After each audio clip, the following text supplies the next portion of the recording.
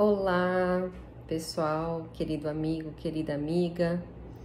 Quis aproveitar esse momento desta frase, desse cenário aqui, para compartilhar com você um pouquinho dos estudos desse livro Cirurgia Verde, que é do Dr. Alberto Peribanês, aquele mesmo do Lugar de Médico na Cozinha, né? E eu gostaria de destacar aqui algum trecho que ele fala sobre a nutrição do futuro. Qual que é a nova nutrição, né? A nutrição consciente que a gente fala, né? E eu vou começar lendo aqui uma parte, então. A nutrição precisa sair de sua postura passiva em relação à medicina e meditar sobre uma nova alimentação. Como seria essa nova alimentação? Então, ele coloca aqui: probiótica, que contenha bactérias vivas; prebiótica, que vai alimentar essas bactérias, né? Então, os alimentos fermentados, por exemplo, as fibras, os alimentos vegetais. E ainda uma alimentação simbiótica, né? Que trabalha em conjunto, em simbiose com as bactérias, na construção, então, da nossa fisiologia e da nossa saúde. É muito mais amplo, né? E essa nutrição funcional, então, ela vem para dar maior liberdade, tanto para intervir nas doenças, quanto para prevenir através dos alimentos. Então, ele vem colocando que a importância, né, dessa simbiose entre o nosso organismo e as bactérias, que é uma parceria positiva que vai dar suporte ao nosso sistema imunológico. Então, seria uma unidade de propósito de manter aquele organismo saudável, né? E aí ele coloca assim, ó: é a harmonia do homem com o ambiente, do ambiente com o intestino humano, das bactérias intestinais com a parede intestinal. E assim se estabelece, então, a paz intestinal, que seria uma espécie de equilíbrio biológico, né? Então, diz que todo o nosso bem-estar, o nosso humor, nosso equilíbrio, ele vem do intestino. Então, olha que importante, né? A gente buscar essa harmonização entre o que somos e o que nos permeia, o que nos habita, que são as bactérias, né? A gente tem mais bactéria que células. Então, olha que importante estabelecer a paz entre essa parceria aí. Aí ele fala aqui do leite da terra, que é um grande remédio, né? Quando você mistura alimentos que vêm da natureza. Então, ele coloca aqui, por exemplo, uma fruta alcalinizante, que é a maçã, né? Tu pode ser misturado, então, com hortaliças, e assim vai ser um alimento prebiótico. Ele vai nutrir as boas bactérias por conta de ter um pH mais alcalino, né? Tem algumas pesquisas aqui, e ele coloca que a doença é justamente a ausência de bactérias benéficas. Olha só, vou ler de novo. A doença parece ser resultante da ausência de bactérias benéficas e seus efeitos simbióticos para o equilíbrio do organismo. Então, ele chama as bactérias, ele tira o C e põe baterias, né? Então, baterias da vida é o que elas são. As bactérias que contribuem, né?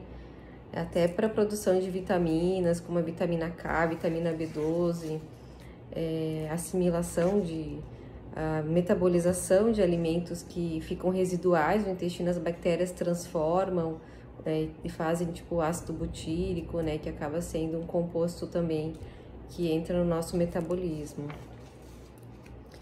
E aí eu gostaria de destacar uma parte aqui que ele coloca sobre, até marquei, olha só que interessante.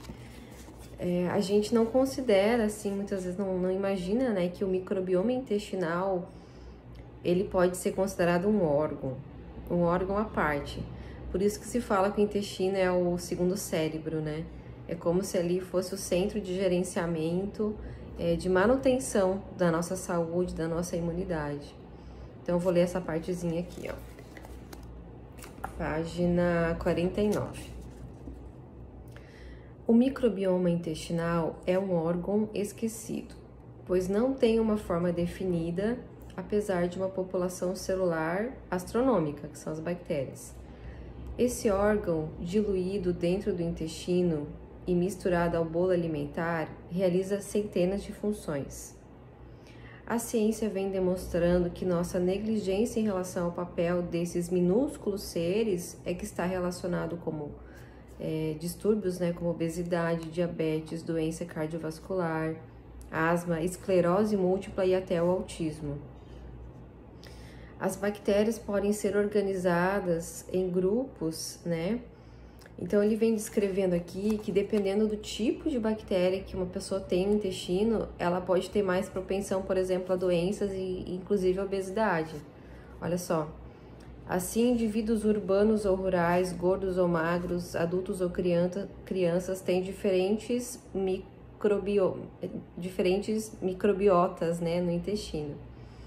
E aí perceberam que em pessoas obesas predominam as bactérias do filo Firmicutes, que é um tipo, né, de uma família de bactérias, e nas pessoas magras o filo Bacteroidetes.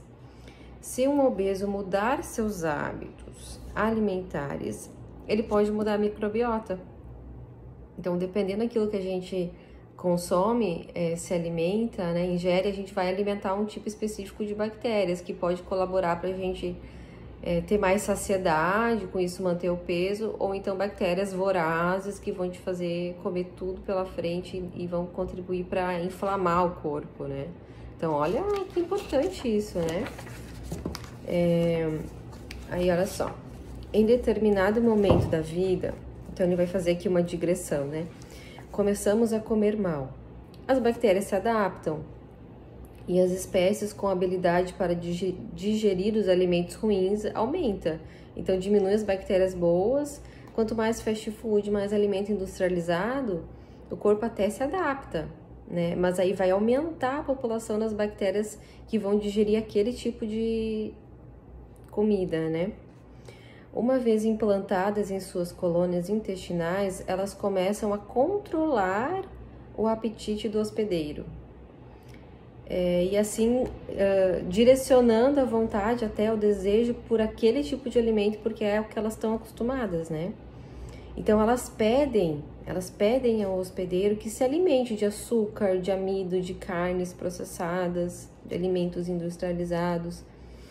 Aí assim se instala então aquela microbiota desequilibrada que começa a proliferar e fica te mantendo refém daquele tipo de alimento. Quando, por exemplo, decidimos romper esse ciclo e passar para uma dieta mais natural, rica em vegetais, a gente decreta o fim daquele tipo de espécie de bactérias. Então você mata elas de fome, porque você não vai mais dar aquele alimento que fazia com que elas se proliferassem, né? Então, assim, a gente percebe que a gente pode modular a nossa microbiota intestinal por conta do tipo de alimento que a gente escolhe. E deixa eu ver se eu tinha mais alguma coisa que eu queria falar agora aqui. Aqui é só uma curiosidade, ó. Que as bactérias também influenciam no sistema circulatório. Ó, o ácido fórmico, por exemplo, é um marcador preditivo para as doenças cardiovasculares, que é uma causa de morte bem exponencial, né? Importante.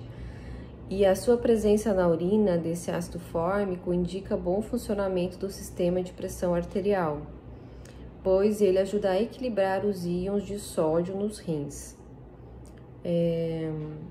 Mas esse metabólito não é produzido pelas células, e sim pelas bactérias, pela microbiota intestinal. Portanto, dispor de bactérias adequadas à produção de ácido fórmico pode significar melhor função renal e cardiovascular. Ou seja, as bactérias contribuem na produção de certos compostos que podem, então, equilibrar nosso sistema cardiovascular circulatório, né? Equilibrando aqui os íons de sódio, os rins. Então, veja que vai muito além, né? E acho que é importante a gente explorar essas funções, conhecer melhor o papel dessa microbiota e como que a gente pode fazer para alimentar aquilo que nos alimenta, né? As boas bactérias que vão atuar em simbiose com o nosso organismo. E aí a frase que está escrita aqui, deixa eu dar uma olhadinha. Viver é como andar de bicicleta. Para ter equilíbrio, você precisa estar em movimento. Arro, namastê, gratidão.